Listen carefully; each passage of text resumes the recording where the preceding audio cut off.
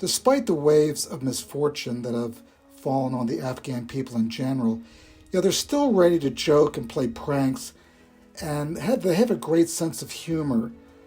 I remember being with an Afghan fighter who once brought me a drink of water from a stream in his shoe.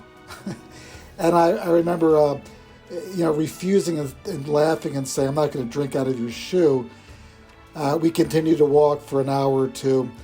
And again, we came to a situation where the stream was way down this river, down this gorge. Again, he went down, got some water in his shoe, and I was so thirsty that I decided that, I'd rather drink out of his dirty shoe than suffer one more minute with this terrible thirst that I was enduring. As I was trying to navigate my way through Afghanistan, I was also trying to learn how to function and deal in a place that had no electricity, running water, any roads, any postal service, no telephones. I was also trying to come to terms in deciding just what kind of photographer I wanted to be. I learned on those early trips in and out of Afghanistan, when it was virtually impossible to send film home until I had smuggled it back across the border into Pakistan, that I was not really a news photographer. I was trying to tell a deeper story about the human condition and the story behind the news. By the time my photographs reached home, in packages covered with all sorts of custom and postal stamps, the stories I was covering were already sometimes weeks or even months old. I wasn't really a war photographer either. Although I was working in war zones and ran all sorts of unimaginable risks, I went in to cover war zones in Lebanon, the Persian Gulf, but in Afghanistan, the military action served largely as a dangerous background to my stories.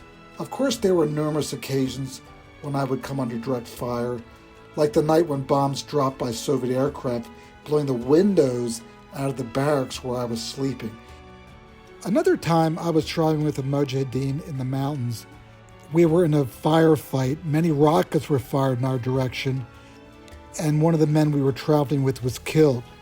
His friends started to take his body, literally dragging it down this trail to get help at a nearby village. I stopped. I wanted to make a few photographs. One of the man's friends became enraged. He grabbed a large rock and was ready to hit me over the head with it.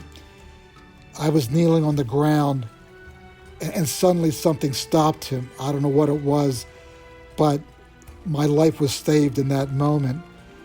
If he had wanted to, he could have killed me. He could have beaten my brains in without a second thought. I honestly never evaluate, judge, or make distinctions based on someone's religion, creed, or country. I know lots of wonderful Afghan people. Many of them I think of as family. There are also Afghans that do terrible things, but I don't think this has anything to do with a certain set of beliefs.